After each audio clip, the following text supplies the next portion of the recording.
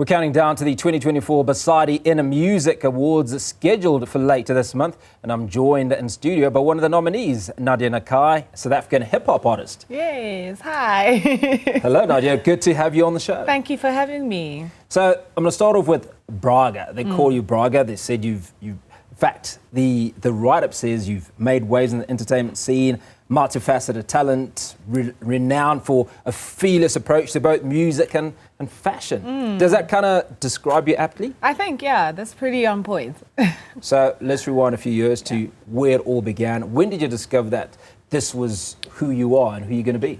I actually relocated to Kenya with my mom, and that's kind of where I got bit by the music bug. While I was in high school, I was always recording on my mom's computer, taking music back to school, performing at cultural days. So I knew I wanted to do music. When I relocated back to South Africa, in varsity, there was always like a makeshift studio in someone's res, and we were kind of making music from then. And then once I graduated in 2013, I think that's when I took it seriously as this is what I want to do for the rest of my life. And I haven't stopped since. Rap and hip hop. Yeah. You know, that's not typical though, is it? Was that your foundation, or did you end up somehow in rap and hip hop? No, it wasn't my foundation because I didn't come from a family that was very musical. I think we were more of like intellectual people. But honestly, I just got bit by the bug. I can't even explain where it came from. I mean, I've always listened to music. Like my mom used to listen to like music like Jill Scott, Erykah Badu, UB40, Jamiroquai. And you thought, and I was just like, you know. No, at the beginning I actually started very soulful. I even called myself Calypso. I had dreadlocks. I was very like, oh, boom, bap rap. And then I kind of like just grew into myself and being a girl, and I started wearing weaves and getting my nails done and makeup. And that's kind of where my music also just took me because I just grew up. Okay, you talk about nails, weaves. Well, you've also got your own brand. I do. mean, you're a businesswoman as well. Yes, I've got a makeup brand called Naked Without. Currently, it is being held in a store in Rosebank called the Egg Store. And I felt like because of my career, I always have to be on the go. And sometimes when you don't have a makeup artist, but you need full coverage, I wanted to make sure that my foundation was full coverage from the first application. So you kind of get that TV-ready feel, but without the professionalism of knowing how to do it yourself with that. You know, because I mean, it's a process to get your face done by a professional makeup artist to get it looking like this. But as a normal person, you want to be able to put foundation on and feel like you've got the same full coverage. So that's why I did that. So Naked Without is amazing. So is Naked Without what you're wearing today? Did you Yes, always. No, I didn't do my own makeup, but even if I'm using a makeup artist, it's Naked Without all the time. Fantastic. Yeah. Now, I want to touch a little bit on the Basadi Awards. Yes. You've received multiple awards in the past. Yeah. Is it any different when a new award comes your way or a nomination?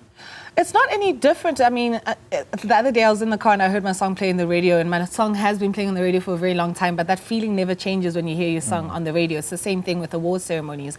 And I think the importance of the Basadi Awards is it's celebrating women in the industry, because I feel like a lot of the time women are kind of forgotten about or kind of overlooked, or there's more things that are associated to women's success than men, I feel. You have to have the hair, you have to have the look, you have to have the clothes, you have to have the music, you have to have the professionalism, you have to have the team. There's a lot of stuff that goes into making a woman superstar. So the fact that they are focusing and shedding the light on women that are doing extraordinarily well in the industry is something to be celebrated. How much of that responsibility do you think should be on women themselves? I mean, in most instances, you do make up the majority of citizens. Can women do more? Should they be doing more? I think what we can do more is collaborating with other women. I think the more that we uplift each other, I think we're more powerful together. But I do believe that as women, we need the support from the institutions, the people that book us, the people that do the festivals, that do their lineups, to make sure that they have more women on the lineups, the playlisting. Make it an actual effort to make sure that you have a certain percentage of women music and women collaborators and women businesswomen. Like women business is redundant, but you know what I mean, as in like focus on putting women forward and it not being, because in my career they've always kind of associated my success to the man that I happen to be around, if it's a Casper Nyovest, or if it's a Cypher, or if it's whoever, to my success. But I work very hard, and I think a lot of women work very hard in making sure that they are the product that is marketable, and a lot of the women are doing this on their own. So do you think your identity is based on who's in your corner, so to speak, at any given time? I don't think in my corner specifically, Nadia Nakai, in the corner of women. I think globally, especially in hip-hop, women are really at the forefront at the moment. And what's making it so powerful is because they're collaborating with each other. It's Cardi B collaborating with Meg Thee Stallion. It's Glorilla collaborating with Megan. There's so many people, women, that are coming together and realizing the power of collaborations. So I think us as artists need to work together more, but the institutions also need to make sure that they're pushing women as well. So who's on your radar for collaborations? Where you've given us these incredible illustrations. Yeah, I mean, I love Indigo Stella. She's a new female artist, really bubbling under. She's so good. Mani Badu is also a really great one. Saucy is a female rapper that I collaborated recently on one of my songs. There's a lot. I mean, let me talk about the legends like Busiswa. Moonchild is performing on Colors, which is an international platform. To be able to do that, Shoma Josie. I mean, let's not even talk about Tyler. You know, there's a lot of women that are really pushing the forefront. And with the music industry right now kind of graduating from hip-hop to amapiano, if you think about it, the women superstars and the superstars in piano are women. You've got Kamumpela, you've got Pabi Cooper, there's so many artists, and then the DJs themselves are doing amazing. You've got Uncle Waffles, you've got Tuli Pongolo. There's women right now are really the energy of the music industry, and I think that's amazing to see, because even when I dropped songs back then, to give my songs to DJs is very important, but there weren't a lot of female DJs back then. But now when I did this 3-step song, I had so many female DJs to send the song to, and that was so amazing for me. And the song's called Umfazi. Also, it's an empowering song for women. So being able to give it to a lot of women on the roster was so exciting for me. So do you think there's been a shift in the world of women, where women are, outside of the collaborations that we're talking about, but are propping each other up, you know, pulling each other up? Yes, definitely. The way it is right now and the way it was when I started it's chalk and cheese. The women have, I think, identified their power of collaborating, and also the stardom of making music, making sure that your music video looks good, making sure you styled in a certain way, hiring the people to empower you. If you need to learn the dance moves, you're getting the choreographers coming in to really involve in everything. And I think back then, it wasn't like that. It was more, and maybe because I was coming from hip hop, it was more of a competition thing. I want to be number one. I want to be the main person. But now it's more of like all of us are doing it together. I mean, we've got Zico Malo, who's collaborated with Pabi Cooper, and it's one of the biggest songs in the country right now. And the music video is clean. You've got TXC that just did a song with Davido, but when you see the music video, the quality is so amazing. The styling is great. The hair is good. And that is because they've realized the power in themselves, and they're a duo female DJ group. Now, the one thing that I find distinct about this conversation with you is that, so I've spoken to multiple musicians who come from various backgrounds. Yours is hip hop. You seem a lot more assertive.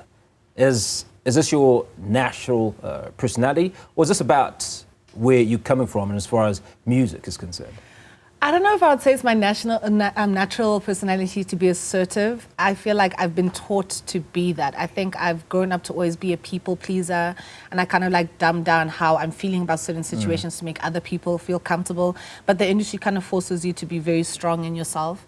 And industry in general, or hip hop specifically? I think the industry in general. Hip hop, you have to have a little bit of narcissism. You have to have a little bit of ego to you. There's got to be some attitude, right? There's got to be some attitude, and you have to be like, I will not take any nonsense if anything comes to me. But I think the industry itself, when you deal with different people and when you deal with brands, because I deal with a lot of brands in my business, when you have to walk into a boardroom and be very professional, and I have to leave the hip hop Nadia outside the door, and Nadia Nakai has to come in, the businesswoman, and I have to be assertive of what I want to do and give them confidence that I can do what they're asking of me. So you've had an incredible journey. Let's talk about those milestones that you've achieved over the last several years. So I think I've had a lot of milestones, but the ones that I'm most excited about is like the makeup brand that I spoke to you about now. I think being able to leverage your stardom into starting a business is very important, because eventually you get to a point where you don't want to be in the clubs as much, but you still want to be able to have a steady income. I've got an app. I have my own social media platform called Braga World, where people have subscribed to it and they get exclusive content specifically for them. So it's different to Instagram, where it's funneled with a whole bunch of other people on your feed. With my app, it's purely everything that has to do with me. So I know that the subscribers are people that really enjoy me. I'm working on my one-man show, which is exciting. That's going to be later on in the year. And I've got a clothing range that will be coming through with one of the major retailers in South Africa, which I can't mention yet, but that is in the works around November. So I've always got businesses happening around me. So tell us a little bit more about the one-person show that's coming up.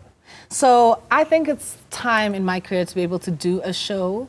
I know they say one woman show, but there are opening acts, if you know what I mean. You Yeah. don't do it alone, and I don't think there's anything that needs to be done alone. And when you collaborate, it amplifies everything. So it's kind of like a cotton fest.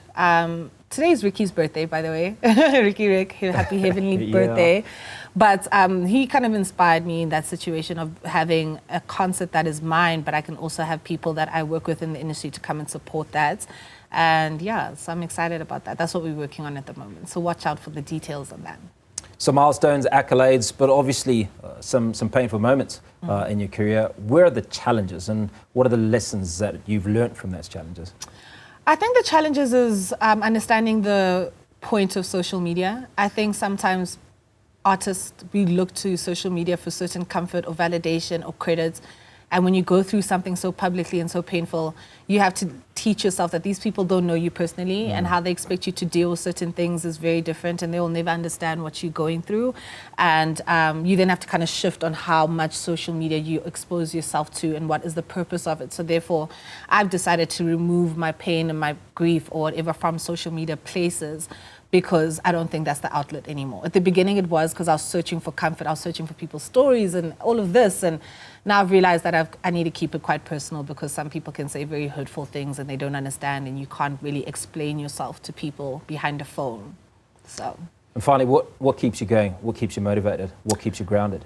I think my fans, my supporters, the people that have openly shown me love, my family, my friends, the ones that have forced themselves onto me to make sure I'm okay, the ones that will show up, the people that check on me if I'm a little bit quiet, have really made me push forward. And also because I love this industry and I think women just naturally have a certain tenacity towards them, whether it's in music or whether it's in interior design or whatever industry that they're in, they have that tenacity to keep persevering, and I think that's in our bloodline as women. Sorry to not dog you, but women know how to push through. If it's being a single parent, if it's being the head of the household, if it's being the mother or father in your life, I think we know how to always put on different caps and just keep pushing through. Well, we're happy you keep pushing and Thank you. wish you all the best in the Basadi Music Awards and the rest of your career. Thank you so much. Thank you for having me.